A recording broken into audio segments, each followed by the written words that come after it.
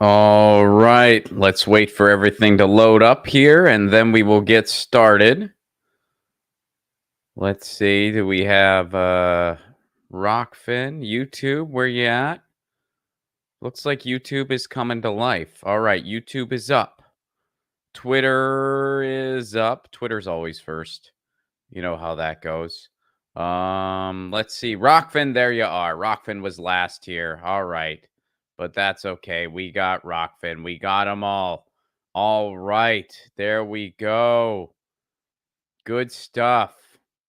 What's up, everybody? Good afternoon, good evening to everyone listening to the podcast later. Hope all is well. And welcome to Expatriate, the series under the Get Your News On with Ron banner, where we talk about different ways to potentially leave the United States, should you choose to leave the United States. Now, before we get into it, I'll make another quick announcement. I know I've been saying this, but you may be like, Ron, what's going on? You're doing Expatriate today. It's Thursday. You usually do a Get Your News On with Ron show on Thursdays. Podcasts have been a bit sporadic.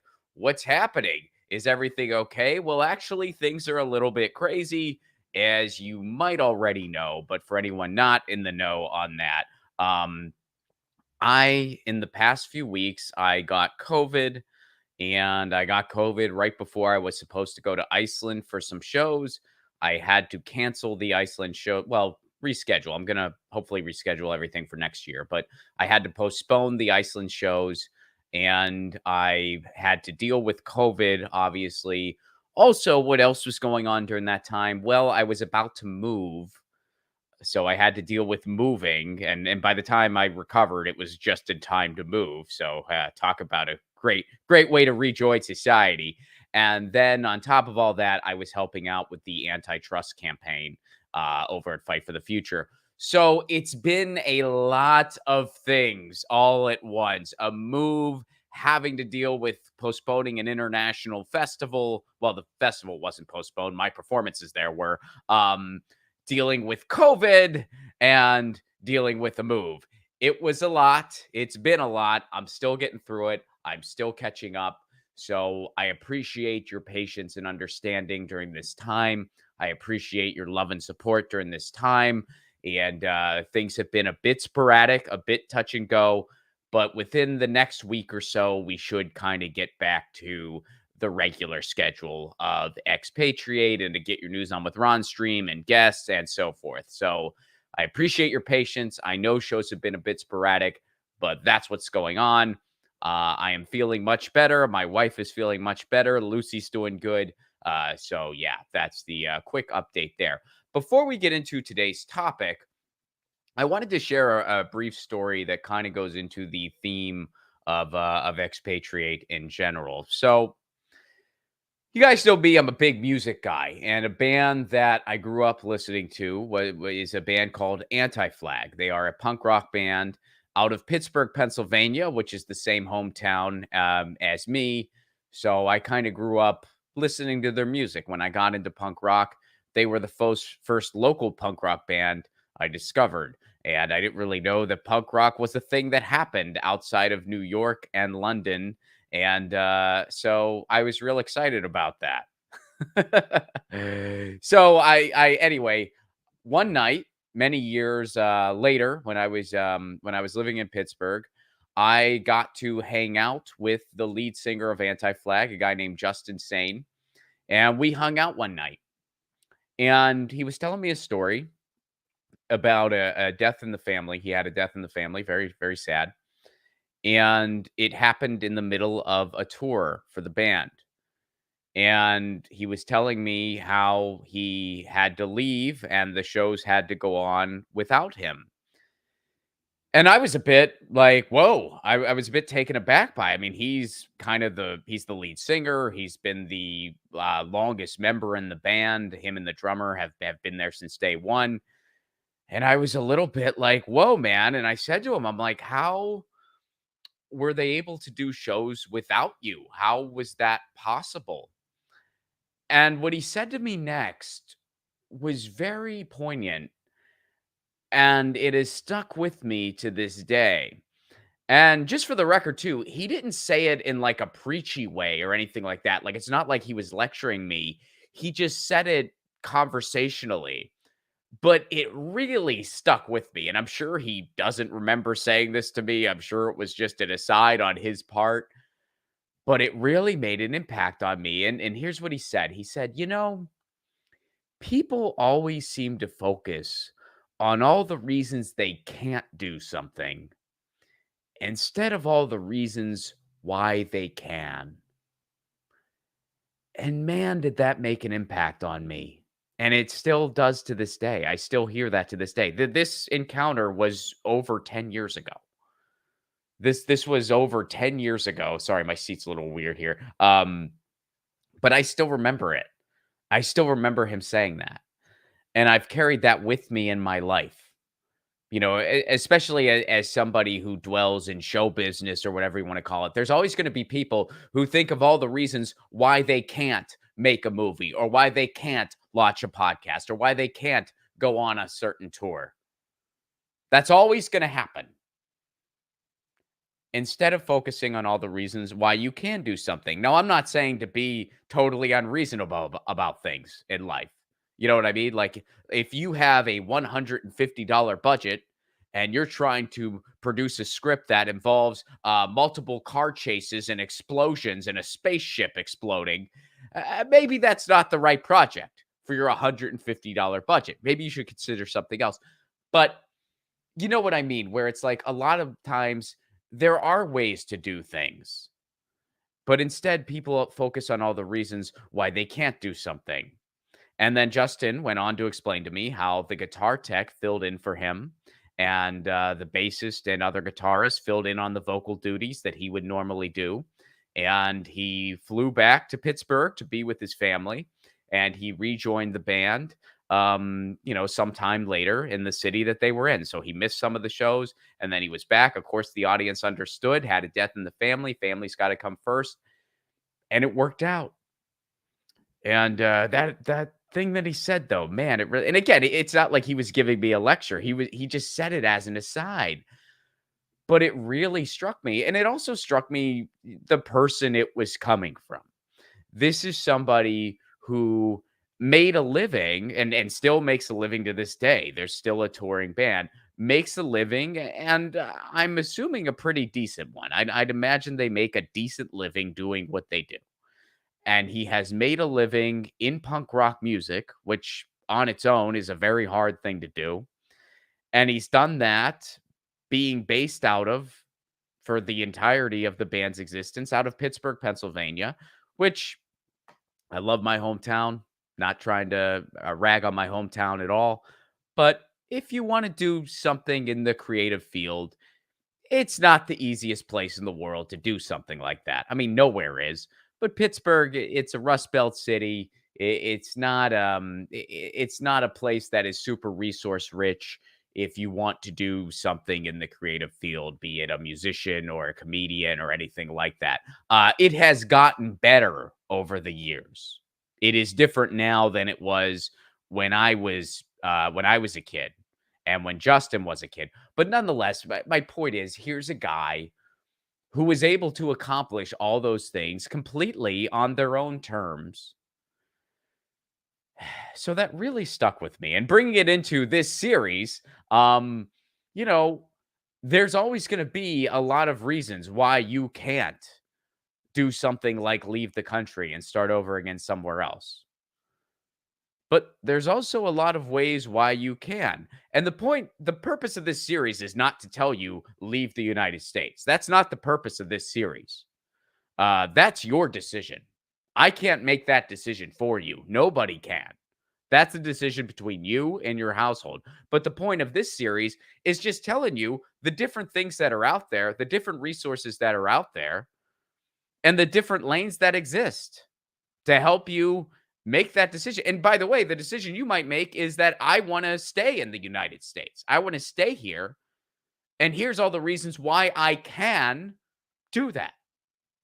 So I just wanted to share that story to start out today's episode. And today's topic is about Estonia. Now, if you've been doing some sleuthing in this world, You may have heard the claim that one can get Estonian citizenship for approximately $250. There's a way to get Estonian citizenship for $250.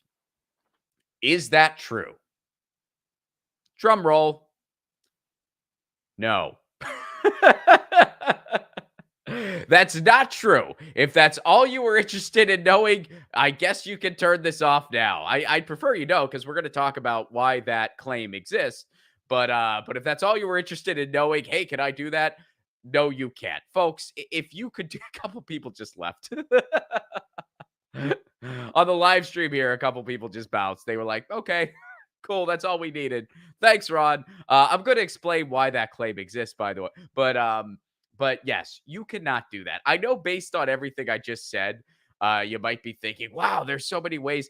And this series so far, keep in mind, this is only our fourth episode. This series so far has been focused on all of the things like basically combating all of the myths out there on why you can't leave the country. And there's a lot of claims out there people make. Oh, to leave the United States, you have to be filthy rich. To leave the United States, you have to have this, this, and this. It costs X amount. And the purpose of this series is showing you actually there's a lot of different ways to settle in a different country and to move to a different country. You don't have to be rich to do it. Can you be? Well, of course. And are there ways you could just buy your way into another country if you have a ton of money? Yeah, totally.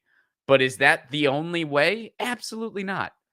There are people with very little means who figure out ways to move to different countries and they do it. And a lot of times they're really happy they did. So, no, you don't have to be. So it's interesting that this show so far has been about kind of combating all of the myths on why you can't do something. But occasionally in this space, there are some things out there that might sound too good to be true. And folks, like most other things in life, if something sounds too good to be true, it likely is. So, no, you cannot get Estonian citizenship for $250. Here's what that refers to. And when people make these claims, here's what they're actually referring to, whether they realize it or not. They're referring to what's known as an e-residency that the country of Estonia offers. Now, what this is, we're going to go right to let's click this link here, become an e-resident. E-residency is open to individuals from all countries, from Germany to Ukraine, Brazil to Spain. Most e-residents are entrepreneurs who work digitally, are location independent, and want to start and run an EU company. So what this is, it is a digital e-residency which allows you to run a business online and it's registered in Estonia. So that's what this is.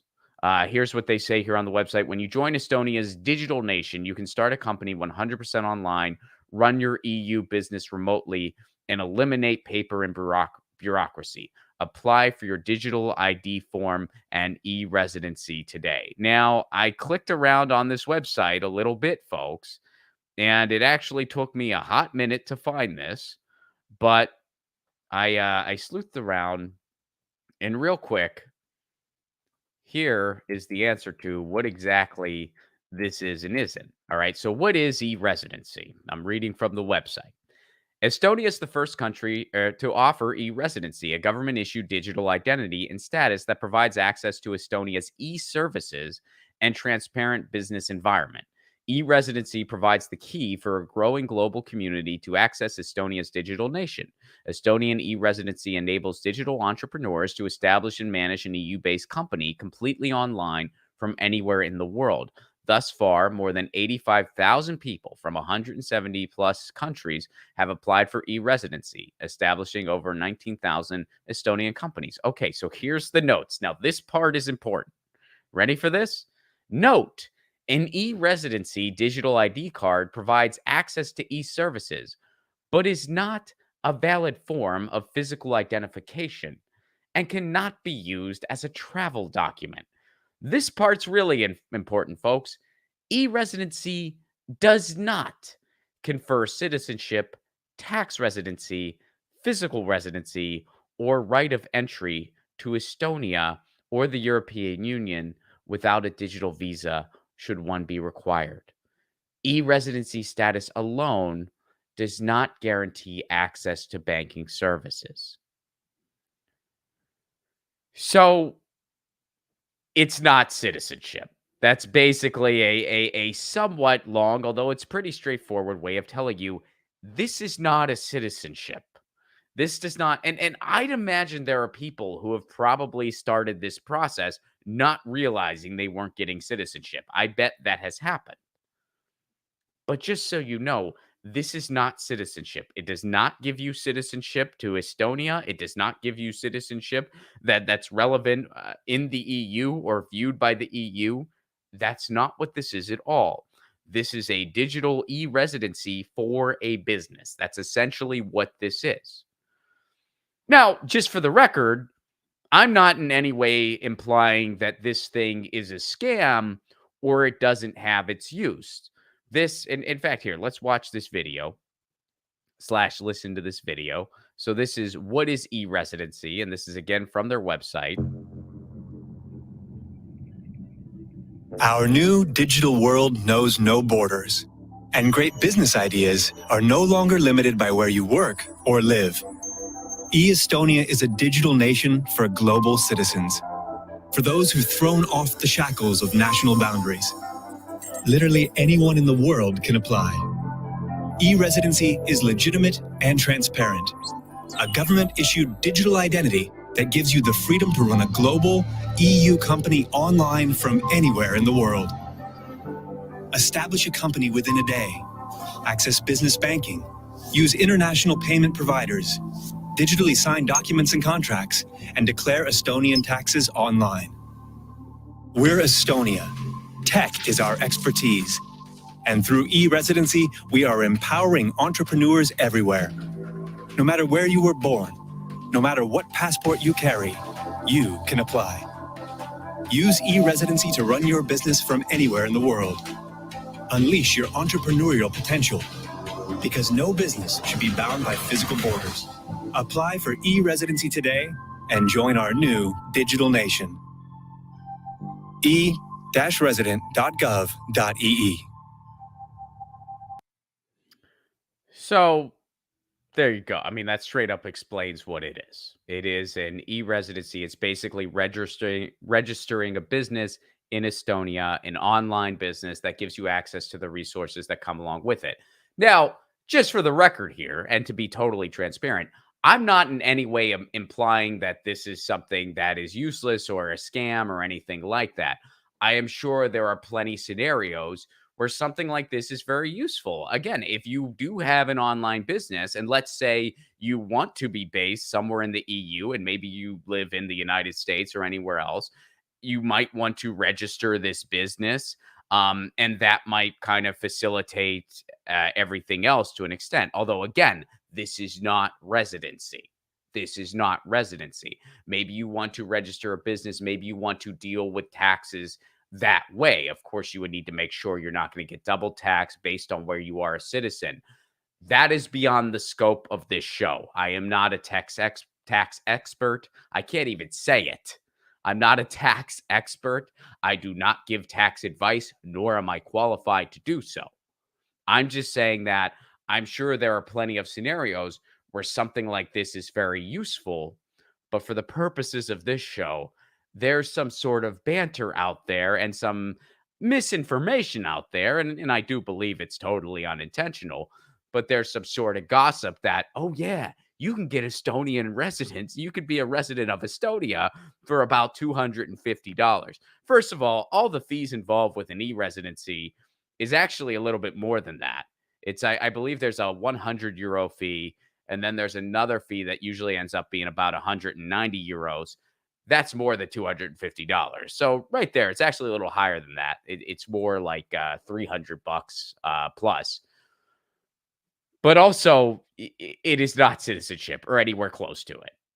And they do tell you that. I mean, they do say this is not citizenship. So when people say that, that's what they're referring to, likely unintentionally, but they're referring to the e-residency program that Estonia has.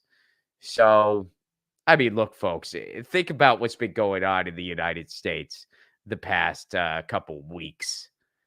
If you could really get citizenship in Estonia for $250, everybody their website would have crashed weeks ago and they wouldn't be able to recover. Everybody and their mother would be freaking applying for that. I would have applied real quick. Are you kidding me? 250 bucks. I could have citizenship somewhere in the EU. I just got to fill out some forms and cough up 250 bucks. So, yeah, that's sometimes, folks, look, it is not as hard to leave the country as some people make it out to be. There are some people who make it out like it's some impossibility. It really isn't. But are there some things floating around out there that sound too good to be true and in fact are? Yep. And this is one of them. You cannot get Estonian citizenship for $250. When people say that, they're referring to this e-residency program, which has to do with registering a business in Estonia online. That's pretty much the gist of it. I've been wanting to do so. For those of you who might remember, these topics were decided via a Twitter poll. I put out a Twitter poll on the next few topics for this series, and based on the votes was the order that we were going to do the topics. So Digital Nomad got the most votes. We did that episode last episode. Estonia quote unquote residency got the second most votes. And then citizenship by descent got the third most votes. So that'll be our next topic. That'll be a much deeper dive.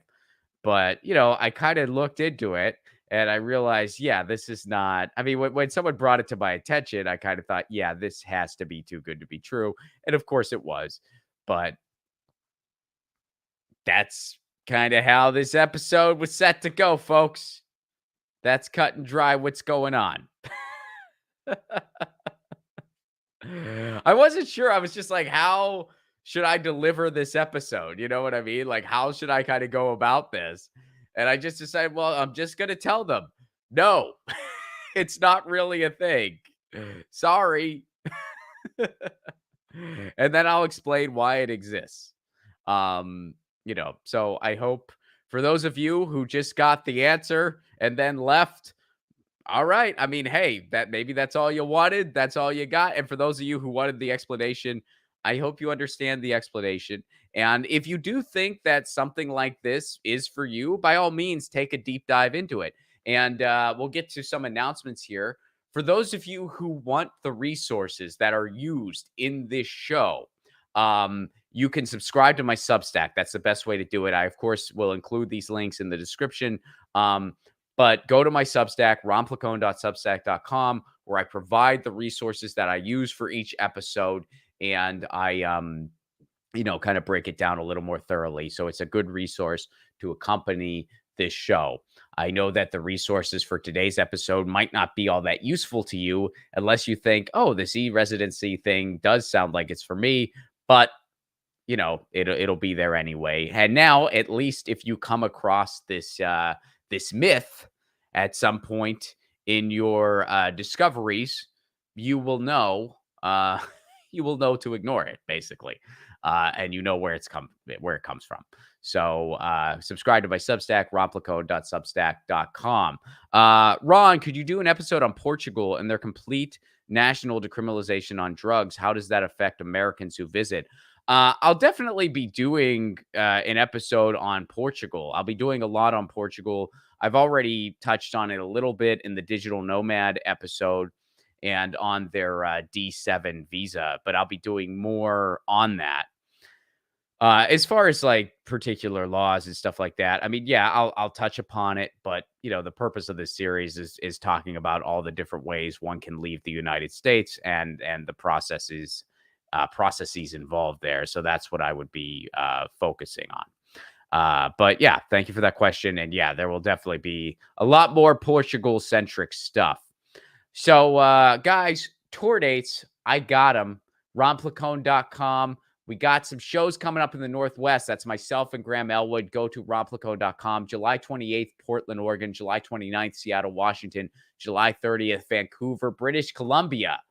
Haven't seen you in a while, Northwest, and I can't wait to see you. Get tickets now. Do not wait. RonPlacone.com. That's myself and Graham Elwood. Those will be our only co-headlining shows for 2022. So get there. Can't wait to see you.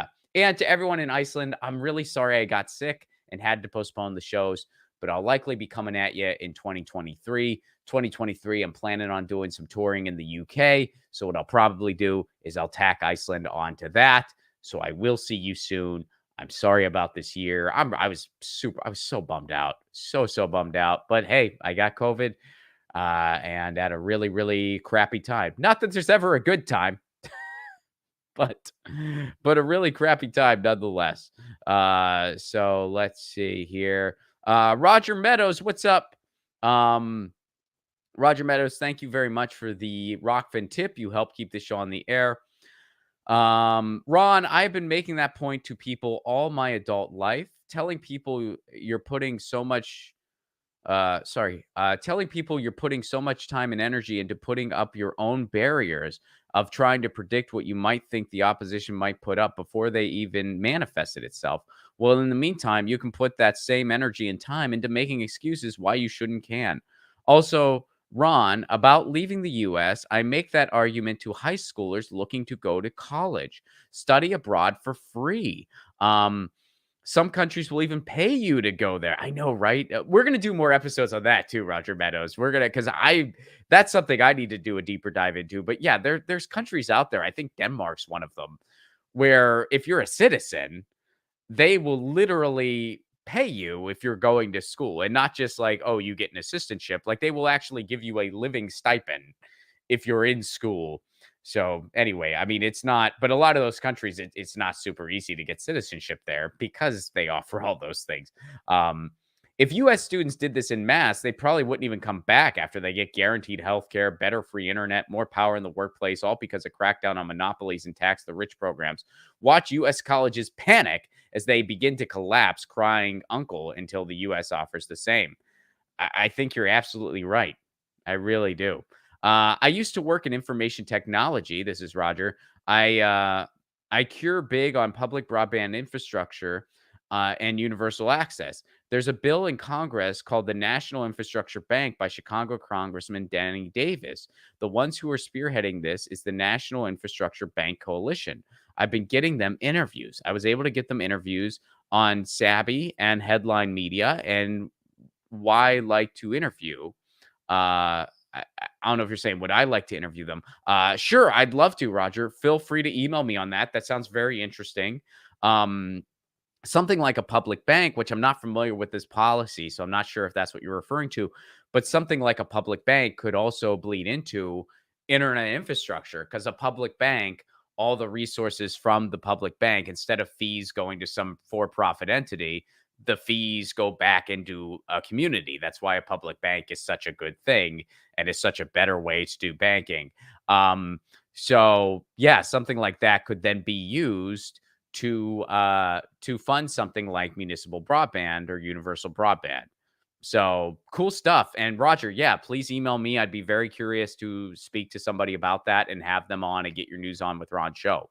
So please email me that. That's the best way for me to keep track of guests. You can just go to my website, ronplacone.com. There's a contact tab and contact me that way. That's the best way I can keep track of all those requests. And yeah, I'm totally with you on college. Like it just, and I had someone on the show who ran for mayor in Montana where he lives, and he was telling me he wanted to get his master's degree. It was cheaper for him, not even as a citizen, mind you. It was cheaper for him to go to school in Rome, Italy, and pay for housing in Rome and to just get to and from Rome than it would have been to pay tuition in the United States right where he lived.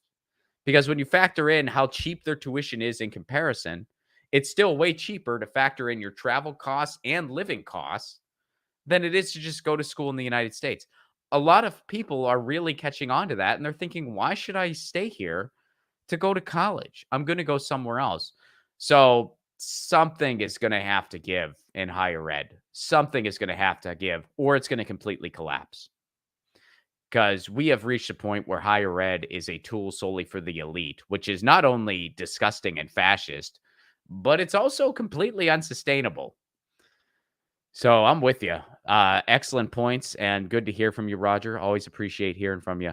Um, you can contact Kit or Sabby. They got the number. Cool. Cool, cool, cool. I will do that. And feel free to email me, anything you got there too, if you want. And thank you again. Always great to hear from you. I always love your input. And I hope all is well in New York. I'm pretty sure you're out in New York. I hope all is well there. Vincent, best thing I ever did was leave that godforsaken country. Which country are you referring to? Are you referring to the US or somewhere else?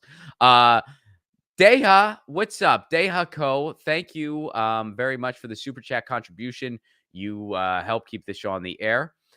Sending you ideas through your website on people to interview for this series. Thank you so much, especially expats to Japan and South Korea, since Asia gets overlooked. Thank you very much for that, Deha. Thank you. I have not had any guests for this series yet. I am going to, but we're only 4 episodes in, so we are still kind of learning our footing and figuring out this show. So it is still very much an infant.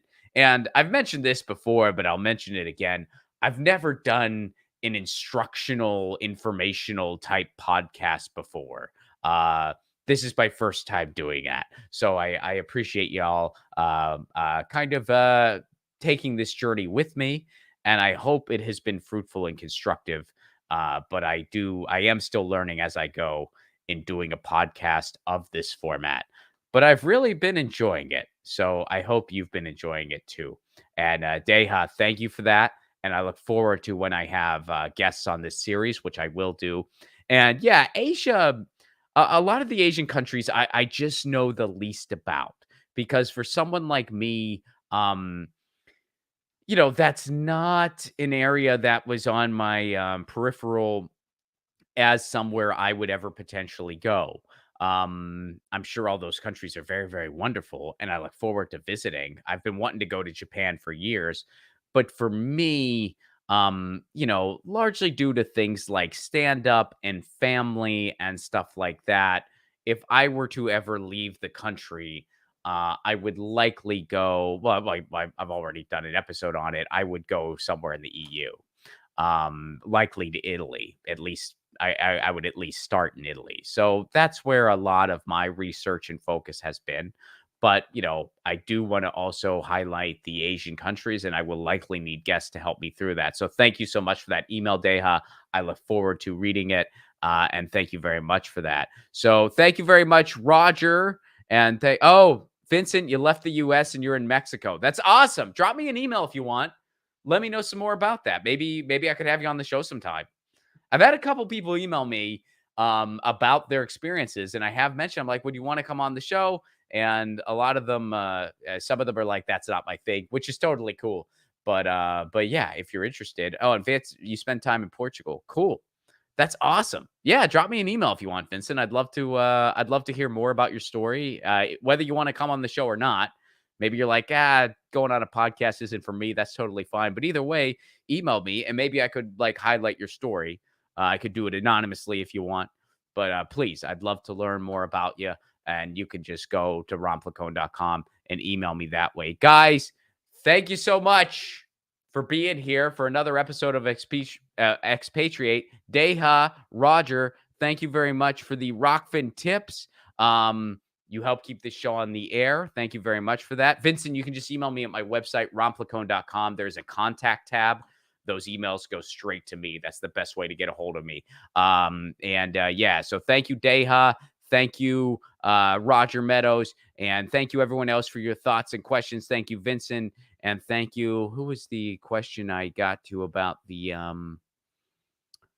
Portugal thing? Was that Steven, I believe? I think that was Steven. Yeah. All right. Thank you guys very, very much. Again, tour dates, get tickets at romplacone.com. Portland, Seattle, Vancouver. Those are my last tour dates for 2022, by the way.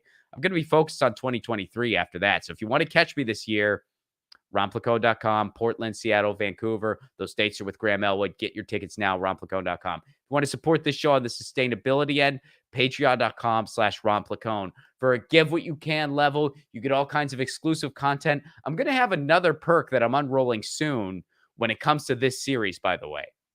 There's a new perk. I'm unrolling it. I'm going to offer it to patrons first. And you can get that for a Give What You Can level. So it's a pretty cool thing. And patrons are going to know about it before everyone else. For a Give What You Can level, you can have access to that. You can also watch my mini pilot. I just dropped a mini pilot called Loner. It's not out to the public yet, but patrons and Rockfin Premium members, you can watch it now. It's a pretty cool series. Well, it's just the first episode of a series. I hope we get to make the series, but it's pretty cool. It's about a guy who goes through quarantine in 2020 with the knowledge that he could have invested in Zoom, which is called Vroom in the fantasy world of this show. He could have invested in it because his ex-girlfriend invented it, but he didn't. So he has to go through quarantine all by himself with the knowledge that he could be a millionaire. It's a fun comedy. It, of course, has anti-capitalism undertones like pretty much everything I do. And you can watch that now if you become a patron for a Give What You Can level. That's a pretty cool thing for as low as $1 a month or whatever your currency is. So if you are able and interested, patreon.com/Romplacone. Thank you guys for being here. Again, thank you, Deha. Thank you, Roger, for your super chat contributions and Rockfin tips. You help keep the show on the air. And to everybody, thanks for being here. Thank you for your patience with me as I'm slowly getting back to the world. And, it's been a bit of a process. It's been a rough few weeks, but I'm getting back to it. And for anyone who thought, man, I can get Estonian citizenship for $250, I'm glad I have that in my pocket. I'm sorry to be the bearer of bad news. But unfortunately, folks, that sounds too good to be true. Because it is, and you have the explanation. Thank you guys for being here. I'll be back next week, and hopefully things should be returned to a somewhat regular schedule by then. I am still kind of crawling out of the weeds with everything that's been that's happened in the past few weeks in my life. But thank you guys for being part of this. Thank you for being here, and you know the drill. Lucy, she says meow. I say peace, love, and a general strike. See you next time.